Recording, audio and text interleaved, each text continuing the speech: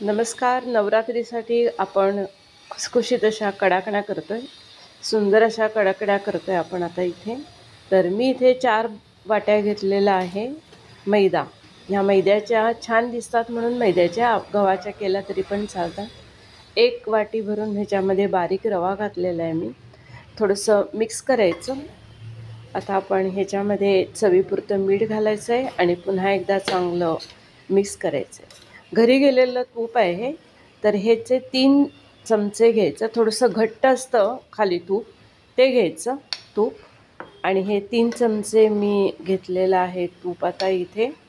आता चमच्याने छानपैकी हे हलवून घ्यायचं आणि मग आपण आता हे मैद्यामध्ये घालणार आहोत. हे घट्ट तूपच घालायचं, हे काय पातळ किंवा गरम करायचं नाही आहे. हे बघा, मी हे सगळं तूप आता ह्याच्यामध्ये घातलेलं आहे. आणि आता आपण पुन्हा एकदा हा मैदा चांगला मिक्स करून घ्यायचा आहे. चांगला 2-3 मिनिटं हा मिक्स करायचा. मैदा, तूप आणि रवा हे सगळं चांगलं एकमेकामध्ये मिसळलं गेलं पाहिजे. ते आता बघा, चांगलं दोन्ही हातांनी चांगलं मिसळून घ्यायचं, तरच आपल्या कडाकण्या खुसखुशीत होतील. समजा कुठे मोहन नाही लागलं तर मात्र खुसखुशीत होणार नाहीत कडाकण्या. तर आता ह्याच्यामध्ये आता दूध घालूया. पाणी घातलं तरी पण चालतं, पण दुधामुळे रंग छान येतो. तर 2 वाट्या दूध मी इथं घालणार आहे आता. हे 1 आणि ही दुसरी वाटी दूध मी आता घालते ह्याच्यामध्ये. आता या दुधामध्ये आपण साखर मिसळून घेणार आहोत. तर 1.5 वाटी साखर आपण इथे घालणार आहे, म्हणजे कडाकणीची चव छान येते. फार गोडही नाहीत आणि फार अगोडही नाहीत, अशा छान कडाकण्या होतात. साखर विरघळेपर्यंत छान हलवत राहायचं. हे चांगली सगळी साखर विरघळली गेली पाहिजे. कोमट दुधामध्ये साखर विरघळून घेतली तरी चालते, मात्र दूध मात्र थंडच असायला पाहिजे. आता हे दूध आपण थोडं थोडं करत घालतो ह्याच्यामध्ये आणि थोडंसं घट्ट असं पीठ मळायचं आहे आपल्याला. कडल्यामध्ये थोडंसं तूप आहे, ते पण काढून घेतलं आहे. थोडं दूध इथे शिल्लक राहिलं आहे फ्रेंड्स. फूड प्रोसेसरमध्ये फिरवून घेऊया आता. छोटे छोटे गोळे करून आपण घालूया आता. ह्याच्यामुळे रवा, मैदा, मोहन सगळं एकमेकामध्ये चांगलं मिक्स होऊन जाईल. तर हे फूड प्रोसेसरमध्ये आता मी हे मिसळून घेते. 2दा काढायला लागलं आहे मला हे पीठ मिक्स फूड प्रोसेसरमधून. तर ह्याच्यामुळे चांगला मऊ गोळा तयार होतो ह्याचा. तर हे हे पण मी फिरवून घेतलेलं होतं आणि आता इथे हा गोळा छान तयार झालेला आहे. सगळं पीठ काढून घेतलं आहे आता मी इथे.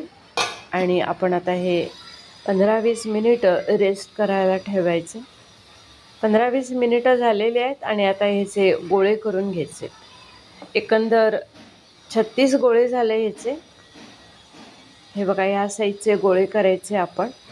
आणि आपण अगदी पातळ लाटायचे, शक्य तेवढे पातळ लाटायचे. तांदळाच्या पिठावरती आपण इथे आता याप्रमाणे लाटणार आहोत. लाटून घ्यायचं. माझ्याकडे कडकणी कटर होतं, त्याच्यामुळे एकाच साईजच्या सगळ्या कडाकण्या तयार होतात आणि साईडला थोडंसं ह्याला डिझाईनसुद्धा येतं.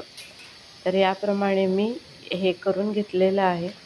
ह्या सगळ्या तयार झालेल्या आहेत पुऱ्या. आता फोर्कनी ह्याला थोडेसे भोकं पाडून घ्यायची, म्हणजे ह्याच्यामध्ये हवा अजिबात राहणार नाही आणि फुगणार नाही कडाकण्या. हवा काढल्या गेल्यामुळे कडाकण्या फुगत नाहीत आणि मग त्या छानपैकी खुसखुशीत होतात. एकीकडे गरम तेल करत ठेवलेलं होतं मी आणि आता ह्याच्यामध्ये मीडियम टू हाय असा ठेवलेला होता गॅस.